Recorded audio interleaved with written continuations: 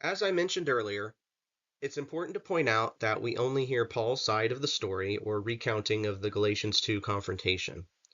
We never hear Peter's side of the story or any context he might provide that might be relevant and significant to evaluating Peter's actions or inactions, and thus whether Paul's rebuke was fully justified and how he was perceiving Peter's actions. So, apart from questioning and scrutinizing Paul's own concessions to the old law, and apart from the theory that the whole confrontation was staged as a teaching moment, let's look at some other biblical facts or events that show, even before Paul, Peter had apparently already previously confirmed the liberty of Gentiles from the old covenant ritual laws like circumcision. The first major piece of evidence is that before the confrontation between Peter and Paul, we read in Acts 10 that Peter had already accepted and baptized the Roman God-fearer Cornelius and his household without requiring circumcision. After doing so, we read in Acts 11 that Peter immediately defended his actions toward Cornelius against the criticism of the circumcision party and silenced them. Another potential piece of evidence is the very Council of Jerusalem itself, at which Peter silenced the debate over circumcision and the burdens of the old law and denied their necessity. Of course, there is some debate on which came first, the Council of Jerusalem or the confrontation between Peter and Paul at Antioch. We'll see different opinions on the chronology a little later in the presentation, but I don't think it really matters overall. Irenaeus is perhaps the earliest witness to Peter's ambivalence with respect to the Mosaic law.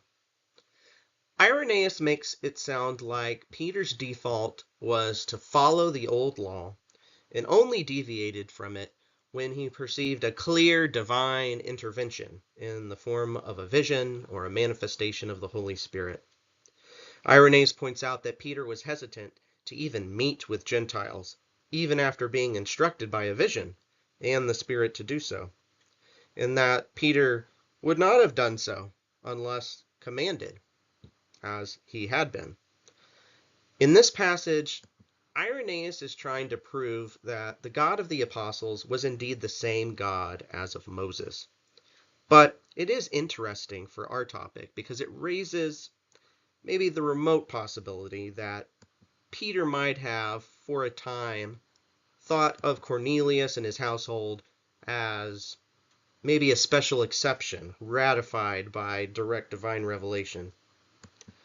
But based on Peter's defense of his action in Acts 11 and the response of his critics, it seems like both Peter and his former critics came to realize or recognize a new dispensation for all Gentiles, not just Cornelius and his household.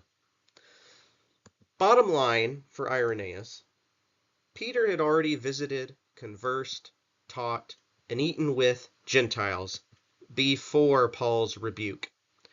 And Jesus made Peter a witness of every doctrine.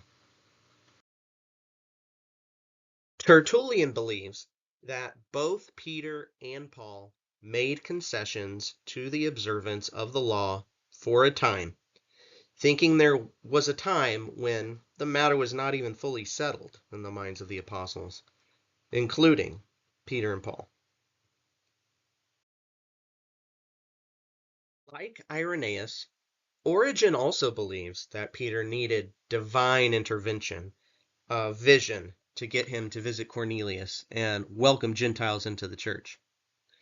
But even more interesting is how Origen points out something I said earlier, which is that it was a Jewish tradition for Jews to separate themselves from, quote, those who were beyond the pale of Judaism.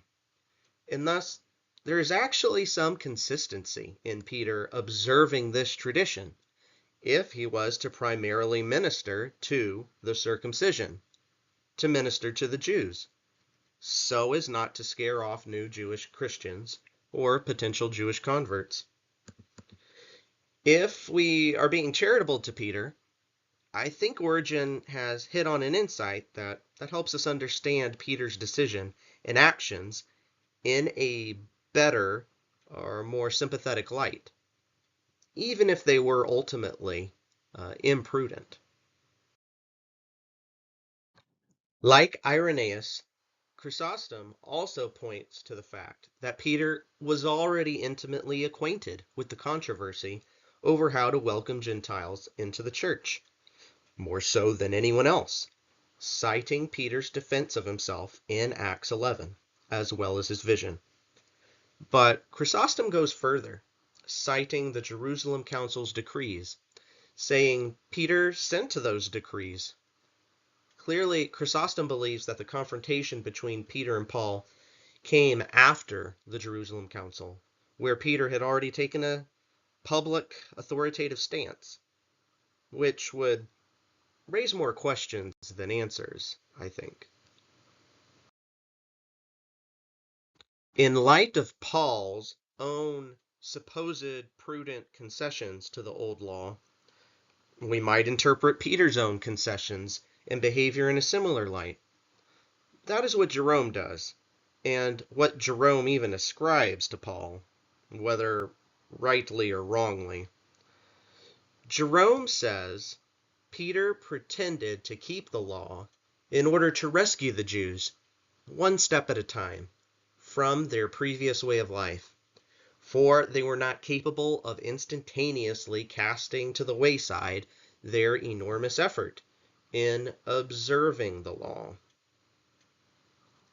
And Jerome believes that Paul thought the same thing and was not trying to insult Peter, but recognized Peter's actions or inactions were only for the purpose of winning over Jewish believers entrusted to his apostolic care and establishing them in the faith and gospel of Christ. Notably, Jerome sees Peter's approach as something temporary until the Jews could be gradually led away from the old law. And I think this is a reasonable and charitable view to take in interpreting Peter's actions or inactions. In his letter to Augustine, like Chrysostom, Jerome defends Peter as knowing the law had been abrogated long before Paul, and as being the prime mover in the issuing of the decree that affirmed the abrogation of the law. Jerome quotes from Acts 10, 11, and 15 at length to defend Peter and the theory that no real rebuke happened. He says Peter was himself the author of that rule, with deviation from which he is charged. And that Peter was afraid to lose the Jewish Christians who had been committed to him.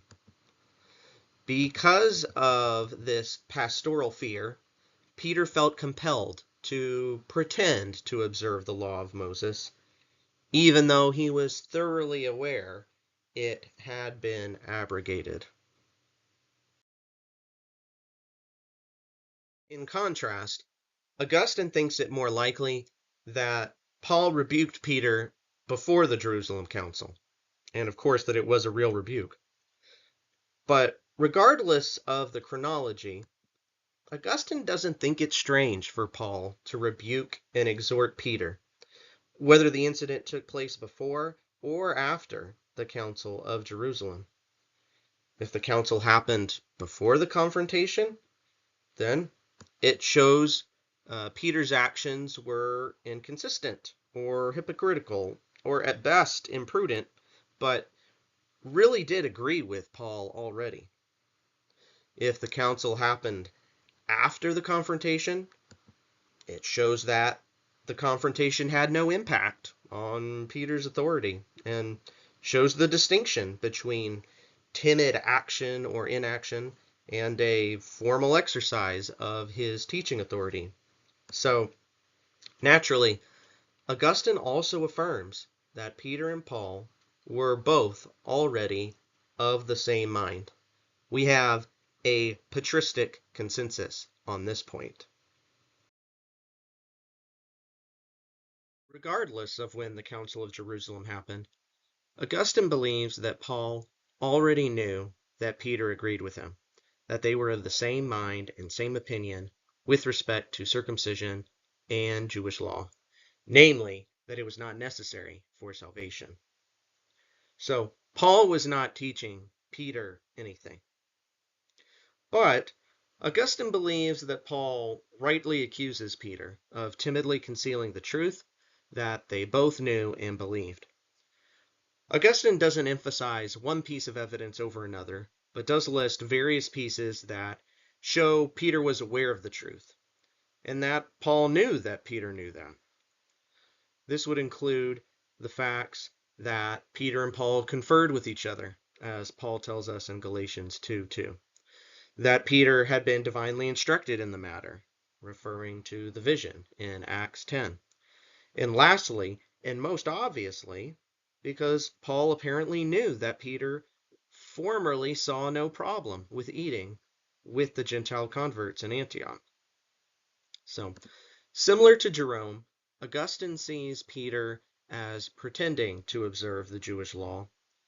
But more than that, and even worse, Augustine sees Peter as pretending to yield to the view that the Jewish law was necessary for salvation.